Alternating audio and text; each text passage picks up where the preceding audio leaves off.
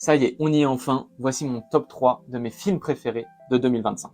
En numéro 3, La venue de l'avenir de Cédric Klapisch. Alors lui, j'entends, il peut faire vraiment débat. Je pense que plein de personnes ont trouvé ce film assez nul. Moi, j'avoue que j'ai une immense passion pour Cédric Klapisch, que ce soit sa récente série Salade grecque ou bien évidemment L'auberge espagnole. J'adore tout ce que fait ce type. Dans La venue de l'avenir, on suit plusieurs cousins qui héritent d'une maison abandonnée familiale. Ils vont rentrer dedans et en fait replonger dans la vie de leur aïeul qui vivait à la fin du 19e siècle en Normandie et qui a émigré à Paris. C'est vrai, il faut le dire, déjà, c'est le film Nepo Baby par excellence, entre Vasily Schneider, Paul Kircher ou Suzanne Lindon, on est servi. Et non, quand bien même c'est parfois un peu artificiel, j'ai pas cessé d'être émerveillé par cette reconstruction historique, et pendant toute la durée du film, je me suis dit, mais si seulement il l'avait fait en série, étendre la vie de ses personnages sur 8 épisodes, je regarde direct. En numéro 2, D'épreuve d'amour de Alice Douard. Bon, il faut savoir que ça a longtemps été mon film numéro 1, mais très récemment, il s'est fait dépasser. On va suivre le quotidien de Céline et Nadia qui attendent leur premier enfant, mais c'est bien Nadia qui donnera naissance au nouveau-né. Céline va alors faire toutes les démarches pour voir comment adopter l'enfant, et la juge va lui dire qu'il faut qu'elle donne des preuves d'amour, c'est-à-dire des témoignages de ses proches qui montrent qu'elle sera présente pour l'enfant et que tout se passe bien dans sa relation avec Nadia. C'est vraiment un film super tendre et très doux. Ella Rumpf et Monia Chokri sont parfaites dans leur rôle. Ça a surtout été un super beau moment, un film que je pense je pourrais revoir plein de fois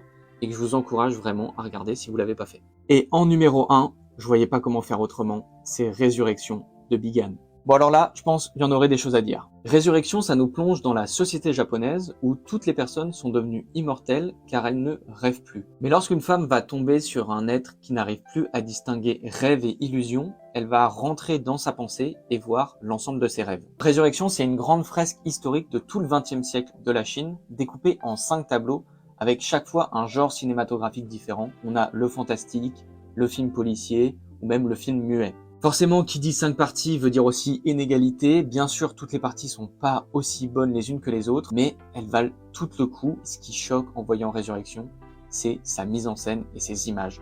Je n'ai clairement jamais vu ça de ma vie en 2025, c'est sûr, et peut-être de tous les films que j'ai jamais vus. C'est poétique et c'est d'une beauté folle, c'est des images impressionnantes et je suis sûr que vous vous direz mais comment est-ce qu'ils ont réussi à faire ça? Mais surtout, ce qu'il faut noter, c'est que c'est 2h40 où tu comprends rien à l'histoire, ou en tout cas pas grand chose, et pourtant tu t'ennuies pas une seconde, t'es émerveillé constamment.